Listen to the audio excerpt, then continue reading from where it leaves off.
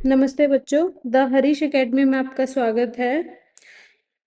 तो बच्चों, कल हमने क्या पढ़ा था? कल हमने इनके भौगोलिक क्षेत्र, नदियों के बारे में, है ना, ये सब जाना था हमने कि यहाँ पर ये सप्त नदियाँ भी होती हैं, उनके बारे में जाना था। और ग्रंथ विष्णु पुराण के बारे में देखा था। ठीक है। अशोक के स्तंभ के बारे में जाना था और सप्त सैंधव, इनके बारे में हमने कल चर्चा करी थी। आज हम जानेंगे विदेशियों ने इंडिया नाम कैसे रखा, यानी कि जो इंडिया नाम रखा गया वो विदेशियों ने, फॉरेनर्स ने कैसे रखा। ठीक है। विदेशियों में सर्वप्रथम प्राचीन ईरान, फारस के, यानी ईरान को क्या कहते हैं, फारस भी बोलते हैं। तो विदेशियों में सर्वप्रथम सबसे पहले ईरान, फारस के निवासियों ने भारत का उल्लेख किया था। छठी शताब्दी सामान्य संवत पूर्व, इसका मीनिंग मैंने आपको पहले भी बताया था, सामान्य संवत पूर्व का। इसकी फिर एक बार मैं पूरी फुल फॉर्म लिख देती हूँ। सामान्य संवत पूर्व, यानी कि इसे हम ईसा पूर्व भी बोल सकते हैं। ठीक है। एक फारसी सम्राट ने सैन्य अभियान आरंभ किया और सिंधु नदी के क्षेत्र, जिसे सिंधु कहा जाता है, पर नियंत्रण किया। यानी कि इन्होंने, एक फारसी सम्राट थे, इन्होंने सैन्य अभियान किया, अपना सेना जुटाई अपनी। उसके बाद इन्होंने क्या करा, सिंधु नदी का जो क्षेत्र है जिसे सिंधु कहा जाता है, उस पर क्या कर लिया, अपना कंट्रोल, नियंत्रण कर लिया। अतः यह कोई आश्चर्य नहीं है कि अपने प्रारंभिक लेखों और शिलालेखों में फारसियों ने भारत को हिंद, हिदू या हिंदू से निर्दिष्ट किया था, जो उनकी भाषा में सिंधु का रूपांतरण था। ध्यान रखिए कि प्राचीन भाषा में हिंदू पूर्णतया एक भौगोलिक शब्द है। ठीक है। यहाँ इसे हिंदू धर्म से संदर्भित नहीं किया गया है, यानी कि जो प्राचीन फारसी है उसमें हिंदू को पूर्णतः क्या माना गया है, एक भौगोलिक शब्द माना गया है, एक ज्योग्राफिकल वर्ड माना गया है हिंदू को। इसमें हिंदू धर्म से इसे, हिंदू धर्म की वजह से इसे हिंदू नहीं कहा गया था। हिंदू किससे पढ़ा, पहले सिंधु था, तो ये स को क्या बोलते थे, ह, तो इन्होंने इसका नाम क्या कर दिया, हिंदू। ठीक है। इन्हें फारसी स्रोतों के आधार पर प्राचीन यूनानियों ने इस भाग को इंडोई अथवा इंडिके नाम दिया। इन्होंने हिंदू शब्द के पहले अक्षर ह को हटा दिया क्योंकि यह अक्षर यूनानी भाषा में नहीं था। ठीक है। तो कैसे हुआ ये, इसका वो सिंधु था, फिर ये हिंदू बना, फिर ये इंडोई, इंडिके। ठीक है। प्राचीन चीनियों ने भी भारत से संपर्क स्थापित किए थे, क्योंकि आपने देखा होगा कुछ चीनी यात्री भी हमारे देश में आए थे। विभिन्न ग्रंथों में इन्होंने इंडिया का उल्लेख यिंतु, यिंदू से किया है, यानी कि पहले तो इन्होंने कहा, क्या कहा, यिंतु, फिर इन्होंने यिंदू।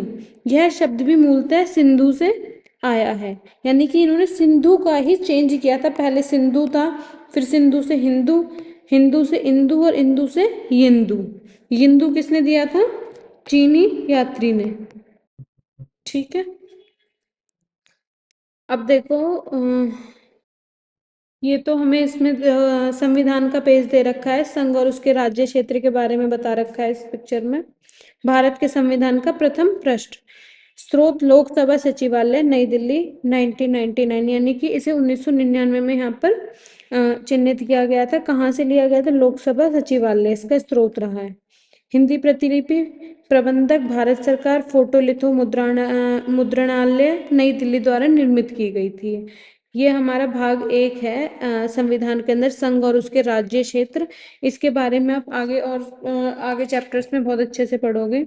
अब देखो, ध्यान रखें, जुआन जैंग, पूर्व में इसे ह्वेन सांग, मैंने आपको पहले भी बताया था, जो चीनी यात्री आए थे उनका नाम क्या था, ह्वेन सांग, और इन्हें क्या बोला जाता है, जुआन जैंग ने सातवीं सामान्य संवत में, पूर्व में नहीं, सातवीं सामान्य संवत, यानी कि जो जेसस क्राइस्ट का बर्थ है उसके बाद में चीन से भारत की यात्रा की। उन्होंने भारत के कई भागों का भ्रमण किया, विद्वानों से मिले, बौद्ध ग्रंथों को एकत्रित किया और 17 वर्ष बाद चीन वापस लौट गए। वहां उन्होंने संस्कृत से चीनी भाषा में उन पांडुलिपियों का अनुवाद किया, यानी कि जो वो यहाँ से लेकर गए थे ना, बौद्ध ग्रंथ हो गए या फिर कोई पांडुलिपि हो गई, है ना, उन सब का उन्होंने कहा चीनी भाषा में जाके अनुवाद किया अपने देश में, जो वह अपने साथ ले गए थे। आगे आने वाली शताब्दियों में कई अन्य चीनी विद्वानों ने भी भारत का भ्रमण किया। एक अन्य चीनी शब्द तियंजू को सिंधु से लिया गया था। तियंजू को किससे लिया गया था? सिंधु से। परंतु इस शब्द को स्वर्ग तुल्य स्वामी के रूप में भी समझा जा सकता है। यह बताता है कि चीनियों का बुद्ध की भूमि के रूप में भारत के प्रति कितना सम्मान था। यानी कि जो चीनी थे वो बुद्ध को मानते थे, तो उन्होंने बुद्ध की भूमि के रूप में भारत का वो बहुत ज्यादा सम्मान करते थे, रिस्पेक्ट करते थे। और वो जो सिंधु है उस शब्द का क्या मतलब समझते थे? स्वर्ग तुल्य स्वामी। आप संभवतः हाल के परिभाषिक शब्द हिंदुस्तान से भलीभांति परिचित होंगे, परंतु आप यह नहीं जानते होंगे कि यह शब्द आज से 1800 वर्ष पूर्व, यानी कि 1800 साल पहले सर्वप्रथम एक फारसी शिलालेख में प्रयोग किया गया था। बाद में भारत पर आक्रमण करने वालों ने भारतीय उपमहाद्वीप को वर्णित करने के लिए इसी शब्द का प्रयोग किया। ठीक है, ये जो पिक्चर दे रखी है हमें किसकी है? ह्वेनसांग की। अब देखो यहाँ पे दे रखा है, आइए पता लगाएं कि आप भारत के लिए प्रयुक्त निम्न भिन्न भिन्न नामों से इस तालिका को पूर्ण कर सकते हैं। तो ये हमने अभी पूरा चैप्टर कंप्लीट पढ़ लिया है, अभी आप खुद से करेंगे। ठीक है, तो बच्चों ये चैप्टर हुआ हमारा आज कंप्लीट। कल अपनी नेक्स्ट वीडियो में हम करेंगे इसके प्रश्नोत्तर। तब तक के लिए नमस्ते and have a nice day.